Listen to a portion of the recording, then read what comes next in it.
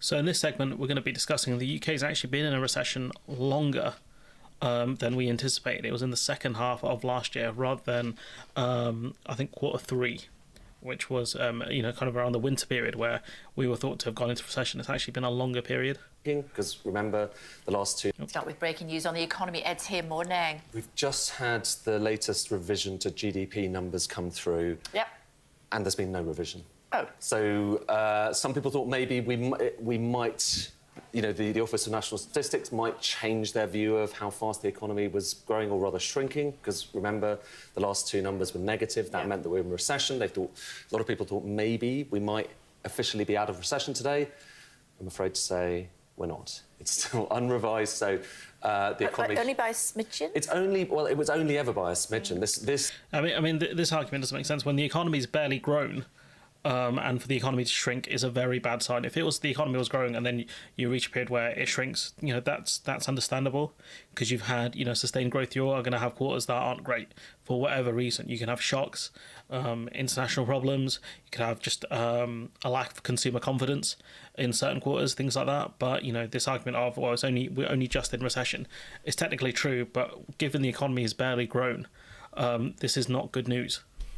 This is probably going to be one of the shallowest recessions we've ever seen. In fact, when we use the R word, we usually associate it with high unemployment, a really kind of big fall in gross domestic product, which is just total national income.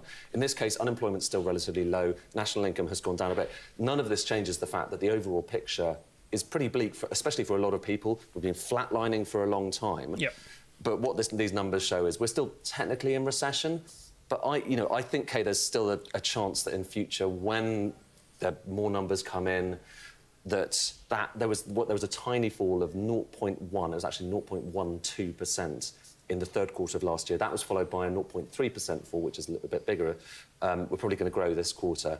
I think that 0.1 might be revised away at some point, because historically, those first numbers that we get through, they're always a bit more pessimistic than the eventual numbers. And is there margin for error? Yeah, every single time, OK, they base the first set of data on a few surveys, and then you go... But, we're splitting hairs at this point. We're saying, well, the recession might not be longer. And the real question is, why have we just seen such shallow growth since the pandemic? That's the real question, in my opinion. Why have we seen such shallow growth under the Tories? To be honest with you, that's the bigger question. The Tories can argue, we weren't in recession, or we're barely in it for that long. But the question is, how did we get into a position where things were this bad? These are the questions they should be asking. You get more data coming in, and then you get the tax returns from people coming in, and gradually you build up this picture of how well or otherwise the economy is doing. And as that picture kind of builds, historically, typically the UK has turned out to have been more pessimistic to start with. I don't know if it's just something in the water here, but we're more pessimistic to start with, and then gradually kind of get a little bit more optimistic as the numbers come in, or more realistic as the numbers come in. But as I say, so far, that we get a bit more data today. It's unchanged, so we're still formally in recession. As I say, most economists think that we're going to be coming out of recession basically round about now. This is not to say we're still not doing that great right now, because we're not doing that great. No one can take a victory lap over us barely being in just about not being in recession.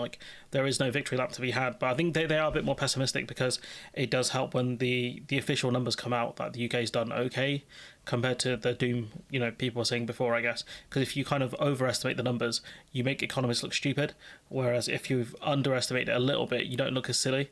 That's in my opinion anyways. It's better to always be a bit pessimistic, I think. But the problem is you do create kind of a doom cycle where if people think the country's going into recession, they might personally think they need to cut back, and that's where you can run into problems. But again, the real question is why is consumer spending, why are we in recession? And I think it's down to a lack of consumer spending, because people don't have disposable income. Spending all your money on your mortgage that's gone up, your rent that's gone up, your energy bills that have gone up, your food bills that have gone up. There's no disposable income. And that's one of the things that damages economies. But anyways, I'm going to leave it there. Let me know what you think in the comments below. Like, comment, share, subscribe. Support the channel on Patreon if you can. And hopefully I'll see you in the next one.